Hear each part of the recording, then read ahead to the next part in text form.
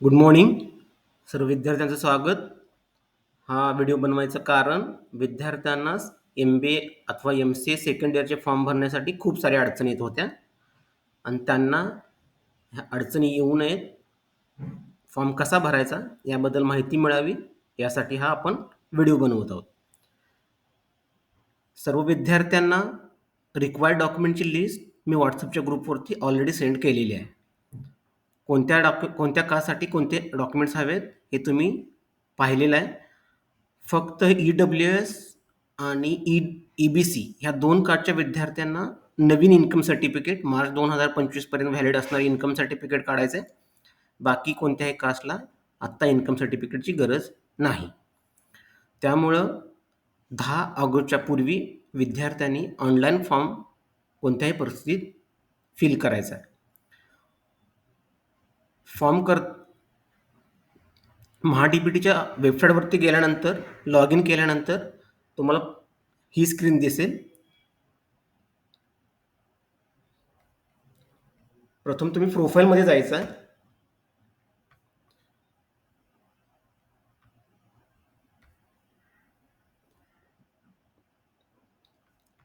प्रोफाईलमध्ये गेल्यानंतर स्क्रोल केल्यानंतर इन्कम सर्टिफिकेट हा ऑप्शन दिसेल. EWS आणि EBC ह्या 2 प्रवर्गातील विद्यार्थ्यांनी नवीन इन्कम सर्टिफिकेट जे मिळालं असेल त्यांना जो काही इन्कम असेल चेंज झाला असेल, पूर्वीचा असेल त्यापेक्षा चेंज झाला असेल तर तो इन्कम टाकायचा आहे. इन्कम सर्टिफिकेट नंबर इथं मेन्शन करायचे आहेत, इश्यू डेट आणि इन्कम सर्टिफिकेट चूज करून अपलोड करायचं आहे. इन्कम सर्टिफिकेट PDF मध्ये असावं, रीडेबल असावं, वाचतायोग्य असावं, वडिलांच्या नावाचं इन्कम सर्टिफिकेट असावं. जर वडिलांच्या नावे इन्कम सर्टिफिकेट नसेल, आईच्या नावे इन्कम सर्टिफिकेट असेल, वडील वारले असतील तर त्या ठिकाणी इन्कम सर्टिफिकेट, वडिलांचं डेथ सर्टिफिकेट हे एका PDF मध्ये मर्ज करून अपलोड करायचे आहेत.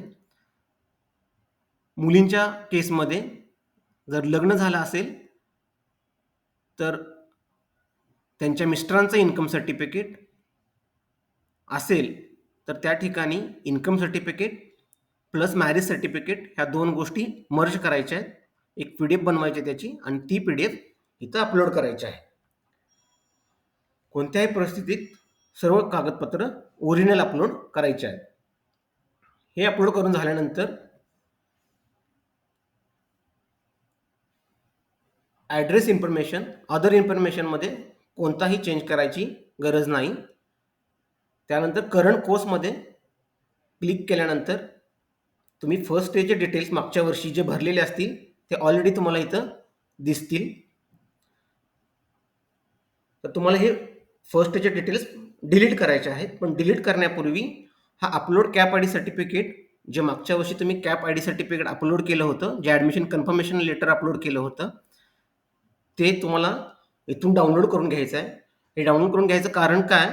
कारण की खूप सारे विद्यार्थी या ठिकाणी चुकीचं कागदपत्र अपलोड करतात. अलॉटमेंट लेटर अपलोड केलं जातं किंवा CETचा रिझल्ट अपलोड केला जातो. तर ते न अपलोड करता हे कॅप ID सर्टिफिकेट हे तुमच्या स्क्रीनवरती दिसत असेल. हे रिसिप्ट कम अॅक्नॉलेज मागच्या वर्षी तुम्हाला ॲडमिशन घेतले त्यावेळी मिळालं असेल तर ते डॉक्युमेंट्स तुम्हाला या ठिकाणी अपलोड करायचं आहे. हे डॉक्युमेंटसुद्धा PDF फॉर्मॅटमध्ये शक्यतो अपलोड करावं, रीडेबल असावं. कारण की GPGमध्ये जर तुम्ही साईज कमी करत असताना ते ब्लर होण्याची शक्यता जास्त असते, झूम करून पाहता येत नाही आहे. त्यामुळं हे डॉक्युमेंट्स तुम्ही शक्यतो PDF मध्ये अपलोड करावं आणि हे डॉक्युमेंट तुम्ही बघून घ्या. हेच डॉक्युमेंट्स प्रत्येक विद्यार्थ्याकडे आहे. कॅप थ्रू ज्या विद्यार्थ्याचे ॲडमिशन झालेले आहे त्या विद्यार्थ्याकडं हे डॉक्युमेंट्स आहे. तुम्ही receipt come acknowledgement of institute reporting for admission हा त्यामध्ये लिहिलेला असेल. MCच्या विद्यार्थ्यांना पण असंच आहे, MBAच्या विद्यार्थ्यांनाही असंच सर्टिफिकेट ॲडमिशनच्या वेळेला कॅप ID सर्टिफिकेट मिळतं. हे डाउनलोड करून घेतल्यानंतर त्यानंतर तुम्ही हे जे फर्स्ट इयरचे डिटेल्स आहेत हे डिलीट करायचे आहेत.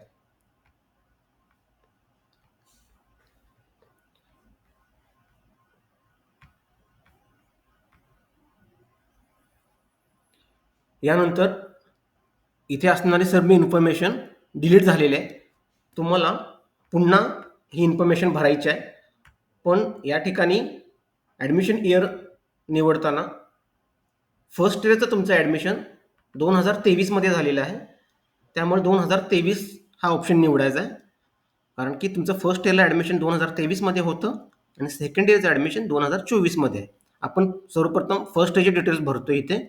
तर त्यामुळं 2023 हा वर्ष निवडायचा आहे. स्टेट महाराष्ट्र, डिस्ट्रिक्ट पुणे,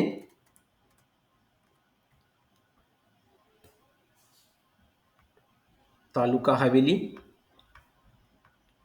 या ठिकाणी post graduation course, qualification level post graduation course निवडायचे आहे. स्ट्रीम MBAच्या विद्यार्थ्यांनी मॅनेजमेंट हा ऑप्शन निवडायचा आहे आणि MCAच्या विद्यार्थ्यांनी MCA त्याच्या खालीच एक ऑप्शन आहे MCA हा ऑप्शन निवडायचा आहे. यामध्ये कॉलेजचं नाव येईल. नी सर्च केलं 6168 कॉलेजचं नाव विद्यार्थ्यांनी बघून सिलेक्ट करायचं आहे. कारण की खूप सारे DY पाटील कॉलेजेस असतील आणि जर तुम्ही कॉलेजचं नाव चुकीचं निवडलं तर त्या कॉलेजमध्ये फॉर्म सबमिट होईल आणि तुमचा स्कॉलरशिप मिळताना तुम्हाला अडचण होऊ शकते. त्यामुळं 6168 हा शेवटी कोड नंबर आहे, चिखली लिहिलेला आहे. ह्या कॉलेज तुम्हाला निवडायचा आहे. त्यानंतर course name MBA, admission type cap through admission. सर्व विद्यार्थ्यांचे ॲडमिशन कॅप थ्रू झाले असतील जे स्कॉलरशिपला अप्लाय करतात ते. CAP through admission quota. या ठिकाणी तुम्हाला CETला किती मार्क्स मिळाले तुमच्या CETच्या रिझल्टवरती ते असतील मागच्या वर्षीचे. ॲप्लिकेशन नंबर म्हणजे मागच्या वर्षीच्या विद्यार्थ्यांना ॲडमिशनचा नंबर मिळाला होता. ॲप्लिकेशन नंबर MBच्या विद्यार्थ्यासाठी MB23 ने सुरुवात होत असेल आणि MCच्या विद्यार्थ्यांना MC23 याने सुरुवात होत असेल. या ठिकाणी जे आपण कॅप ID सर्टिफिकेट दाखवलं होतं ते कॅप ID सर्टिफिकेट तुम्हाला अपलोड करायचं आहे. हे कॅप ID सर्टिफिकेट पुन्हा एकदा मी तुम्हाला दाखवतो.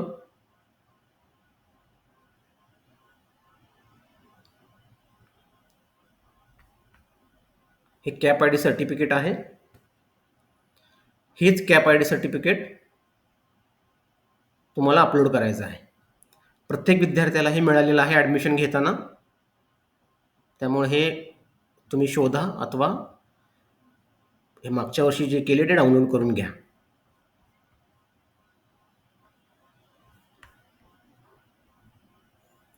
नंतर year of study first year select करायचं आहे. First year completed or pursuing. First year आपलं कंप्लीट झाल्यामुळं कंप्लिटेड हा ऑप्शन सिलेक्ट करायचा आहे. Admission year in college first year तुमचं 2023ला झालेला आहे. जे पर्सेंटेज किंवा CGPI मिळाला आहे तो CGPI या ठिकाणी अपलोड करायचा आहे.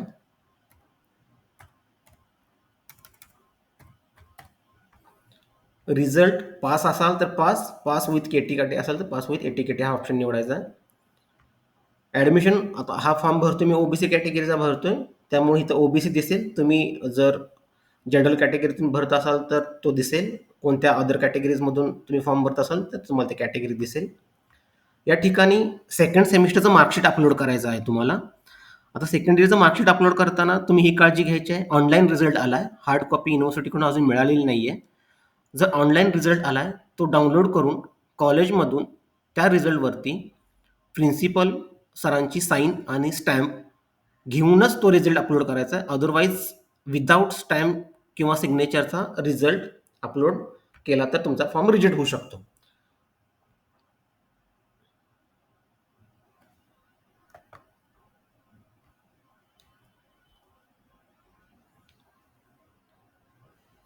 हा जो रिझल्ट आहे या रिझल्टवरती प्रिन्सिपल सरांची दोन्ही पेजवरती सही आणि स्टॅम्प घेतलेला आहे. अशा प्रकारे स्टॅम्प घेऊनच रिझल्ट अपलोड करायचा आहे.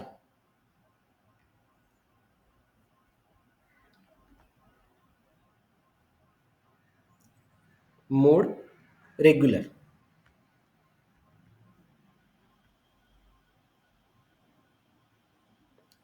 फर्स्ट इयरचे डिटेल्स तुमचे सेव्ह झालेत. त्यानंतर इयर ऑफ स्टडीमध्ये पुन्हा जायचं आहे. या ठिकाणी सेकंड इयर हा ऑप्शन असेल. सेकंड इयर हा ऑप्शन निवडल्यानंतर सेकंड इयर कम्प्लिटेड ऑर परस्युइंग हा ऑप्शन असेल, तर सेकंड इयर परस्युइंग हा ऑप्शन निवडायचा आहे. ॲडमिशन डेट जी तुमची आत्ता सेकंड इयरला तुम्ही ज्या दिवशी ॲडमिशन घ्याल त्या ॲडमिशनची डेट तुम्हाला या ठिकाणी मेन्शन करायची आहे.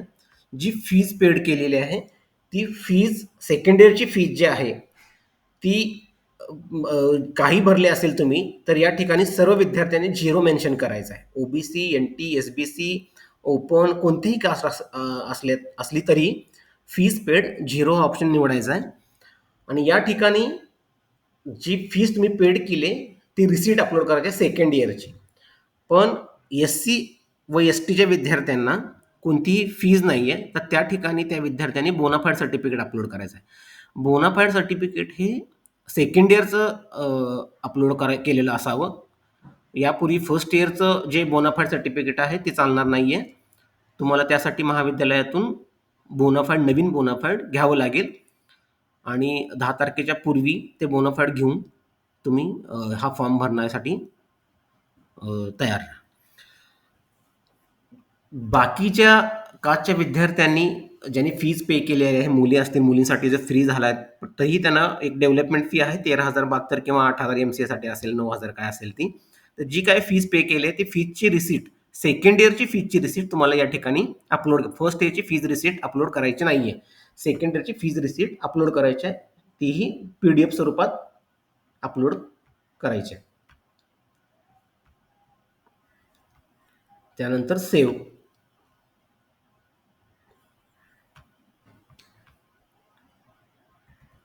यानंतर 10वी 12वी ग्रॅज्युएशनचे डॉक्युमेंट्स तुम्ही ऑलरेडी मागच्या वर्षी अपलोड केल्या, तिथं काही करायची गरज नाही. हॉस्टेल स्कॉलरशिपला तुम्ही ऑलरेडी मागच्या वर्षी जे काय डिटेल्स भरले असतील ते तसेच राहू द्या. अगर तुम्हाला चेंज करायचं तर चेंज करू शकता. यानंतर ऑल स्कीममध्ये जायचं आहे. ऑल स्कीम हा ऑप्शन लेफ्ट साईडला आहे. ऑल स्कीम यामध्ये गेल्यानंतर प्रत्येक विद्यार्थ्यांना डिपार्टमेंट आणि स्कीम निवडायची आहे, जी तुम्हाला ॲप्लिकेबल असेल ती. आता कोणाला कोणती फीज ॲप्लिकेबल आहे, कोणती स्कीम ॲप्लिकेबल आहे, मी ते इथं स्क्रीनवर दाखवतोय.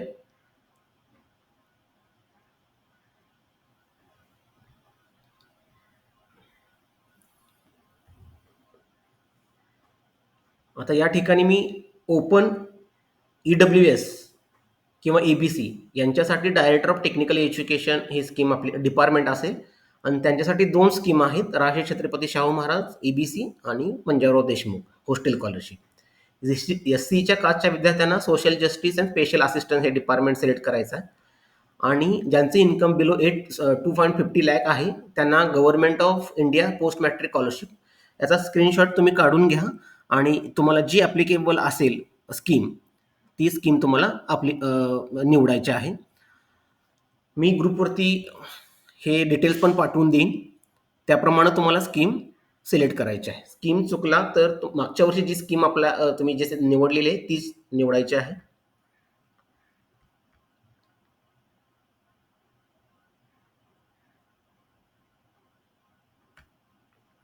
हा फॉर्म मी OBCच्या विद्यार्थ्याचा भरतोय, त्यामुळे मी ह्या ठिकाणी निवडतोय OBC, EBC, VJNT, SBC welfare department आणि ट्युशन फी आणि examination fees for OBC student.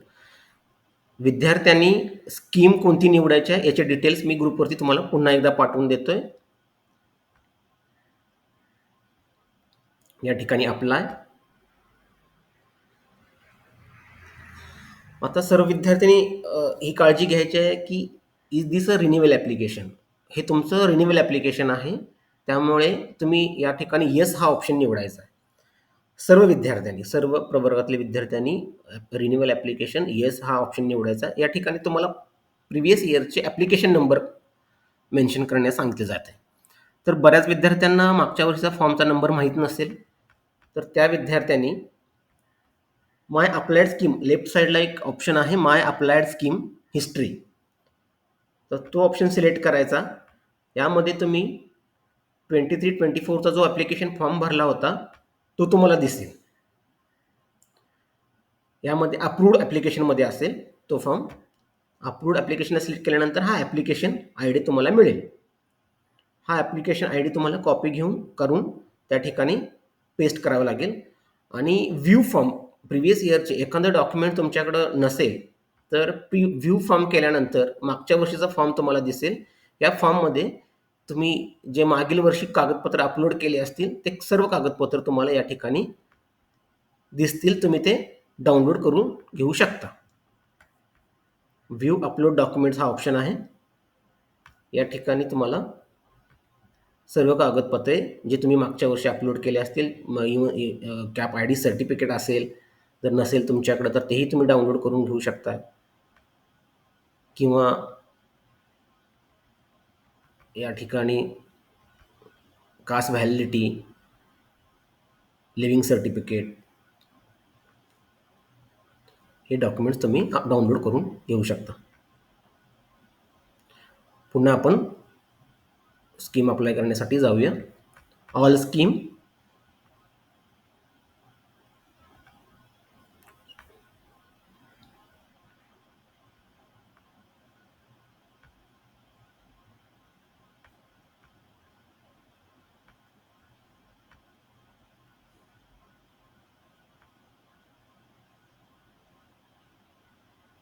Renewal application yes.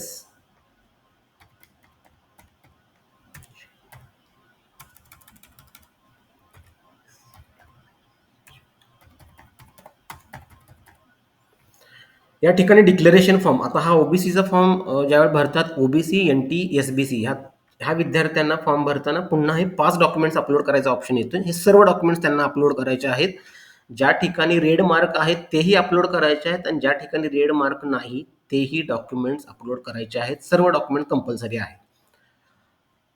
जर तुम्ही ईबीसी किंवा ईडब्ल्यूएसचा फॉर्म भरत असाल, त्या प्रवर्ग विद्यार्थी फॉर्म भरत असतील, तर त्यांना फक्त transfer certificate, previous इयरचं ग्रॅज्युएशनचं transfer certificate upload करायचं ऑप्शन येईल. जर एससी एसटीचे विद्यार्थी फॉर्म भरत असतील, तर त्यांना फक्त मागच्या वर्षीचे ट्रान्सफर सर्टिफिकेट, प्रिव्हियस इयरचे ग्रॅज्युएशन कॉलेजचे ट्रान्सफर सर्टिफिकेट आणि कास्ट व्हॅलिडिटी हे 2 डॉक्युमेंट्स अपलोड करायचं ऑप्शन येईल. पण ओबीसी, एनटी आणि एसबीसी ह्या कॅटेगरीतल्या विद्यार्थ्यांना 5 डॉक्युमेंट्स अपलोड करायचे ऑप्शन्स येतील. हे 5ही डॉक्युमेंट्स तुम्हाला अपलोड करायचे आहेत. मागच्या वर्षी तुम्ही ते अपलोड केलेले आहेत, तुमच्याकडे त्या फाईल्स आहेत. त्या फाईल्स तुम्ही घेऊ शकताय. जर तुमच्याकडे अवेलेबल नसतील तर अप्लायड स्कीम हिस्ट्रीमध्ये जाऊन मागच्या वर्षीचा फॉर्म ओपन करून तिथून तुम्ही डाउनलोड करून घेऊ शकता. आता हे डिक्लेरेशन जे आहे हे फॉर्मॅट मी ग्रुपवरती पाठवून दिलेलं आहे. त्याप्रमाणेच डिक्लेरेशन फॉर्म तुम्हाला अपलोड करायचा आहे. डिक्लेरेशन फॉर्म भरताना घ्यायची काळजी.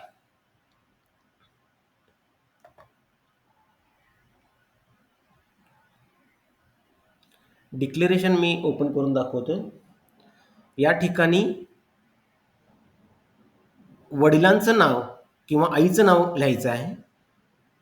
तुमचा जो ॲड्रेस आहे तो.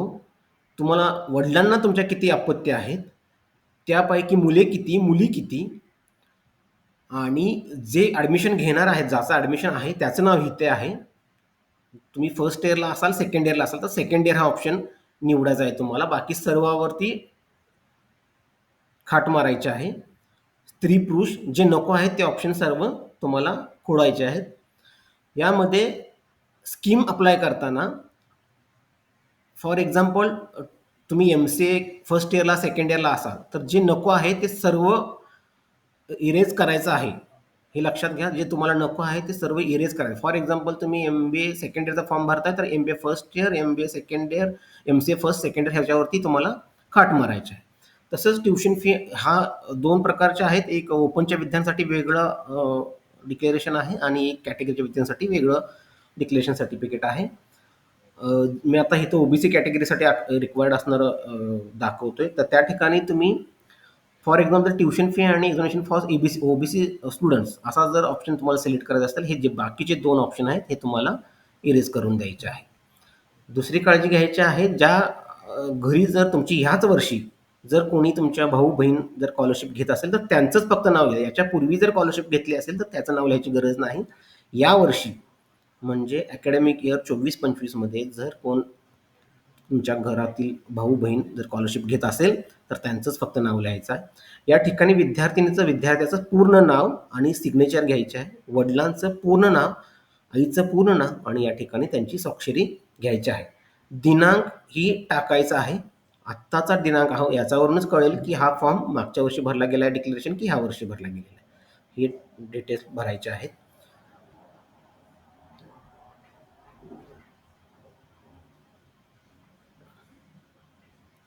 लिव्हिंग सर्टिफिकेट हे तुमचं ग्रॅज्युएशन पास झाल्यानंतर जे लिव्हिंग सर्टिफिकेट मिळतं ते लिव्हिंग सर्टिफिकेट लागेल आणि ते ओरिजिनल आणि PDF स्वरूपात लागेल.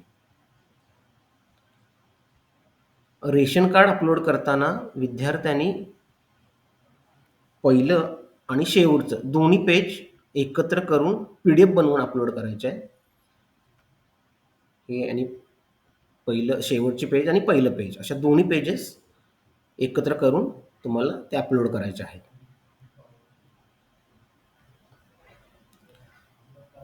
आता यानंतर CAP allotment letter. CAP allotment letter हे विद्यार्थ्यांना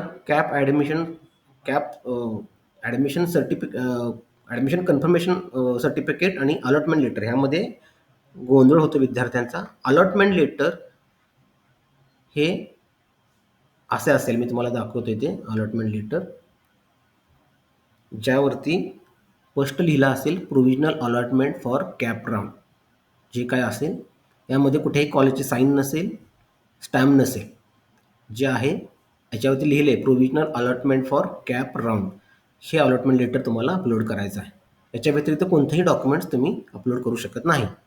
आणि कॅप ID सर्टिफिकेट कोणतं आहे तर मागाशी मी तुम्हाला दाखवलं होतं कॅप ID सर्टिफिकेट. ते पुन्हा पाठीमागे जाऊन तुम्ही बघू शकता. कास्ट व्हॅलिडिटी ही ओरिजिनल आणि PDF स्वरूपात अपलोड करायची आहे तुम्हाला.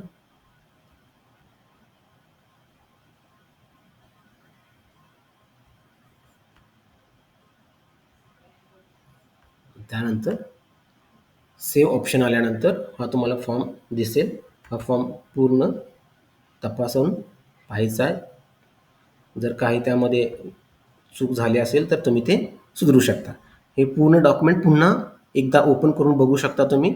इथं व्ह्यू डॉक्युमेंट्स आहेत. या ठिकाणी जे स्कीम अप्लाय केल्यानंतर 5 डॉक्युमेंट्स अपलोड केले ते आहेत आणि या ठिकाणी जे तुम्ही डोमासाईल वगैरे जे काही अपलोड केलं आहे ते डॉक्युमेंट्स तुम्हाला दिसतील. हे डॉक्युमेंट्स सर्व तपासून पाहिजे आहेत.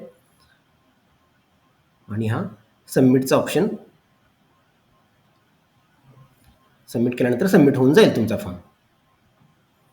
यानंतर याची प्रिंट काढून ती कॉलेजमध्ये हार्ड कॉपी जमा करायची आहे. त्यासोबत second सेमिस्टरचं marksheet, cap ID certificate आणि इन्कम सर्टिफिकेट, जे विद्यार्थी नवीन इन्कम सर्टिफिकेट काढतात ते इन्कम सर्टिफिकेट हे अटॅच करून तुम्हाला जमा करायचं आहे. याबद्दल कोणती शंका असली तर मी ग्रुपवरती माझा नंबर देतोय, तुम्ही कॉल करा किंवा प्रत्यक्षात कॉलेजमध्ये येऊन भेटा. पण 10 ऑगस्टच्या पूर्वी हे सर्व फॉर्म ऑनलाईन भरून कॉलेजमध्ये जमा करायचे आहेत. धन्यवाद.